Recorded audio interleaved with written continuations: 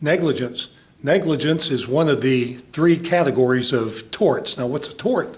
A tort is a wrongful injury to a person's person or a person's property. And so there are three categories of torts. Intentional torts, and those will require an intentional act. But then secondly, what this video is about, negligence. Negligence are unintentional harms. And it's basically the failure to act reasonably under circumstances. Then the third category is what we call strict liability, and those relate to harms, that relates to harms and injuries that are caused by unreasonably dangerous activities. Okay, so we're not going to talk about that today, but we are talking about unreasonableness, and that's what negligence is all about, unreasonableness.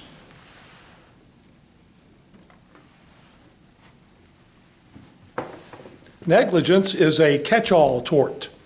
It encompasses a wide variety of wrongs or injuries to people that come as a result of unreasonable acts or courses of action, or omissions even, an unreasonable omission where someone was unreasonable in not acting. Things like auto accidents, professional malpractice, or premises liability, cases like a slip and fall accident in a store, for example. Because with negligence, there is no intent to cause the injury. There's no intent to take the action. These are all unintended injuries.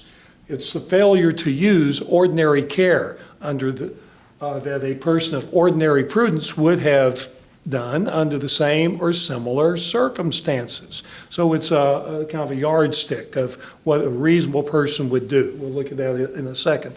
Negligence, 4 issues that we're going to be looking at. Duty, breach of that duty, duty of being reasonable, the breach of that duty that you're not reasonable, and that causes, that's the third element, some sort of damage or injury, actual, real harm or damage. We'll look at each one of those.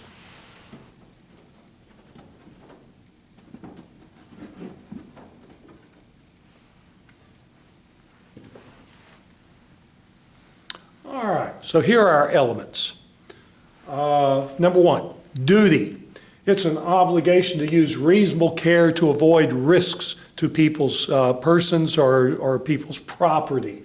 It's, in a way, it's triggered by this notion of foreseeability. If an injury is foreseeable, then there may be a duty on the part of a person to avoid those risks, to avoid unreasonable conduct or course of action, to avoid that injury. Now, we got several problems or issues here. The first one is, what about the person who is not foreseeable, an unforeseeable plaintiff? How far does one's unreasonable conduct reach as far as being responsible for causing injury? Injury to something that you couldn't even foresee. There's a famous case, Paulscraft versus Long Island Railroad, and the site is up there. All law students study this in their tort class. And what happened was a railroad conductor was helping a passenger onto a train and used a little bit too much force. The passenger dropped his package, which contained fireworks. The fireworks went off, and the explosion caused injury to a lady further down the railroad platform. So at what point is someone to be held responsible for a series of events that they put in motion? That's what Paulscraft was about. What about an omission? When do you have a duty to act? Well, the person really doesn't have, and this is true for even an area of criminal law too, a person doesn't have an obligation to act to help someone unless they have perhaps a special relationship. And so who has special relationships? Common carriers. with regard to their passengers, innkeepers in regard to their guests, landowners who invite people to come are responsible for avoiding unreasonable conditions that, not create unreasonable conditions on their property that might harm someone that they have invited onto their property. What about a gratuitous undertaking? What about someone who doesn't have a duty, but they do assume to act to help someone who perhaps might be in need, in crisis or some injury, and they don't have a duty, but they do help that person, but they make a mistake or they end up harming that person?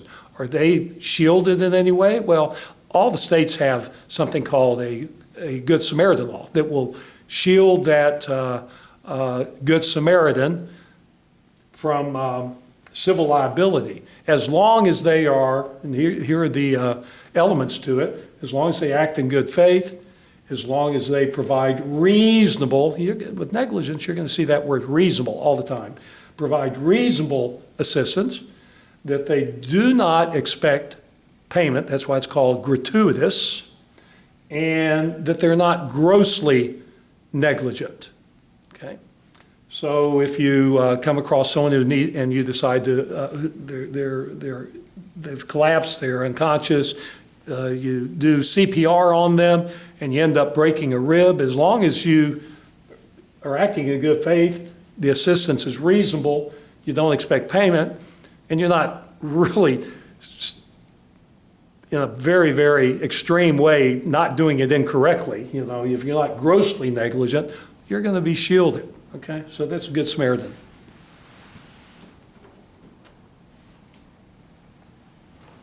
Second element is breach of that duty, and we've already touched on this a little bit. Then it's if the injury was foreseeable and the defendant failed to take precautions to avoid that injury. So they've breached the agreement. So how do we establish this, that there's been a breach? Well, how do we prove this? Well, the first way is this comparing the defendant's actions to a reasonably prudent person under the same or similar circumstances. Second way to do it would be a violation of a statute. If there has been a statute, such as, for example, don't run a red light, and someone runs a red light, causes an accident, you don't have to show that running a red light is a breach of the duty. All you got to show is they ran the red light. That is a negligence per se, a negligence on the face of it.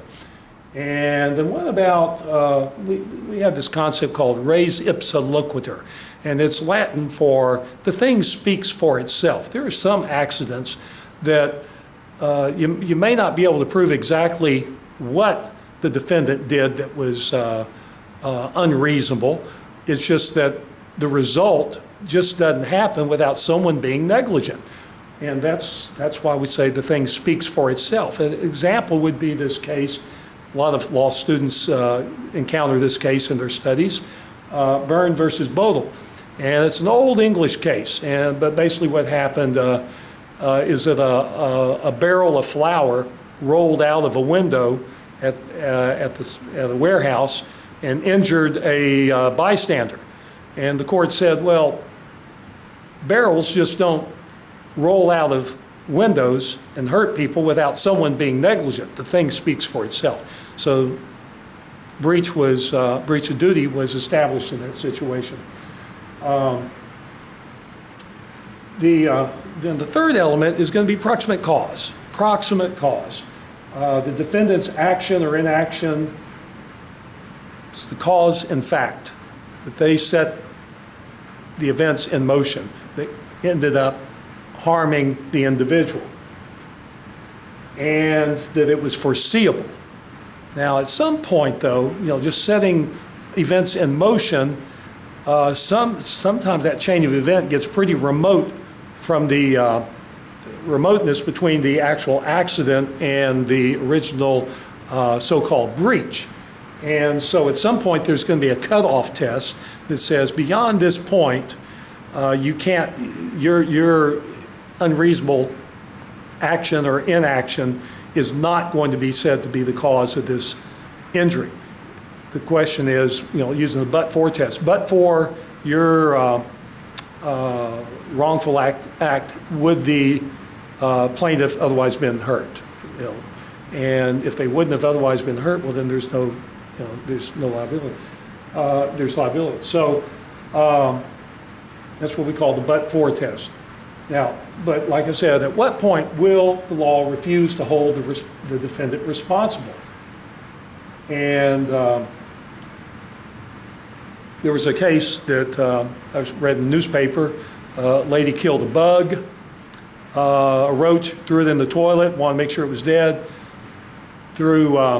sprayed it with insecticide. Husband came home a few minutes later, perched upon the throne, smoking a cigarette, tossed the butt into the bowl, it blew up and burned his sensitive parts. Okay, she's clearly causing the cause in fact for that, right? Paramedics come. They haul him off. As they're taking him down the stairs, they say, "How did this happen?" He told them. They laughed so hard they dropped him. All right? So, but for the wife doing what she did to the bug, he wouldn't have been hurt. But you had an superseding event of the paramedics' negligence for dropping him. So at some point there's going to be a cutoff to establish what the actual legal cause was. But that's that element. And then last thing on this element, eggshell skull rule. Sometimes we'll be confronted with a plaintiff that is in a weakened condition, that the defendant's wrongful conduct may not have caused the severity of impact on a person that did not have that condition. So do we let the defendant off the hook? No. You take the plaintiff as you find him. So, but that's called the eggshell skull rule.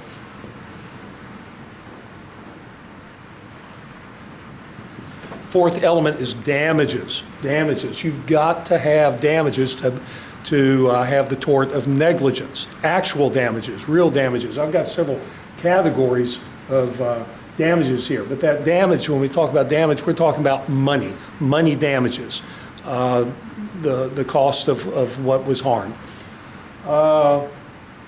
General, special, punitive, nominal. 4 types of damages. Let's talk about them. These first 2 are what we call, together, we call actual damages. Actual damages. General damages, they naturally occur. Pain and suffering naturally occur when there's some sort of contact with the body. It's just, when there's an injury, pain and suffering is always going to be there. Maybe different degrees, very slight, very great, but it's always there. Special damages. These are items that may or may not be present in a particular fact pattern.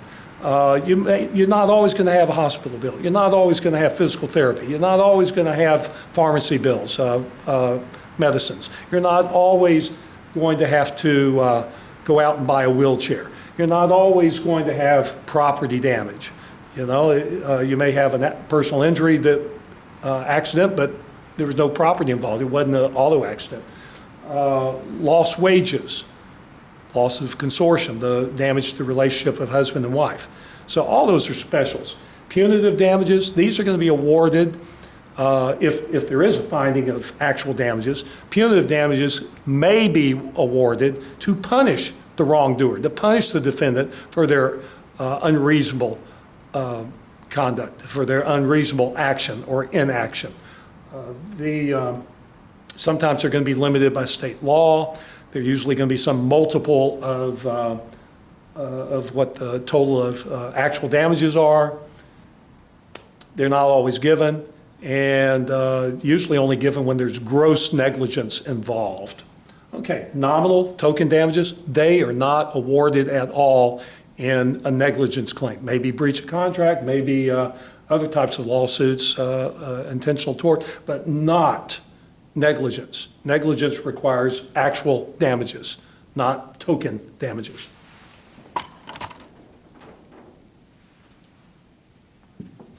And then finally, defenses. How are we going to defend against a claim if you happen to be the defendant? Well, the first line of defense is, of course, is to try to negate the plaintiff's elements. The plaintiff has to prove what? duty, breach, cause, causation, and damage, okay? Negate any one of those, and you don't end up with negligence. You defeat the claim. So that's your first line of defense. Second line of defense, these are going to be, some states follow this thing called contributory negligence. Other states cover this defense of comparative negligence. It's one or the other usually. Contrib means that as a defense, the defendant would say, well, the plaintiff was negligent too, therefore I'm totally off the hook, okay? That's what's called contributory negligence. There are only 5 states that follow that at the time of the recording of this video. If the plaintiff was unreasonable at all, if defendant ran the stop sign but the plaintiff was speeding and that was said to have contributed to it, defendant's off the hook because the plaintiff was speeding, okay? Comparative negligence softens that a little bit. All the other states follow some sort of approach to comparative negligence that the plaintiff can recover, but their plaintiff's recovery is reduced by the percentage of fault that the plaintiff shared, okay? And 13 states follow a pure approach of comparative negligence that if plaintiff was 75% at fault and defendant only 25%, plaintiff could still recover that 25%, okay? Now, most states don't follow that approach. They follow what's called a modified approach that the plaintiff has to be less than 50% at fault to be able to recover anything, okay? So that's the majority of the states follow that. Assumption of the risk, that's the last defense that we'll talk about here. And it's a situation where the plaintiff understood the risks of going forward with their conduct and ignored risks, and injury happened to them, and the plaintiff voluntarily chose to do that. It's like going into a grocery store, into the produce section, and they just mopped the floor, and they've got it all ribboned off and cones saying in multiple languages saying, you know, look out, warning, floor is wet, you know, do not enter. And if you choose to enter that area and you slip, you assume the risk. You voluntarily chose to do that.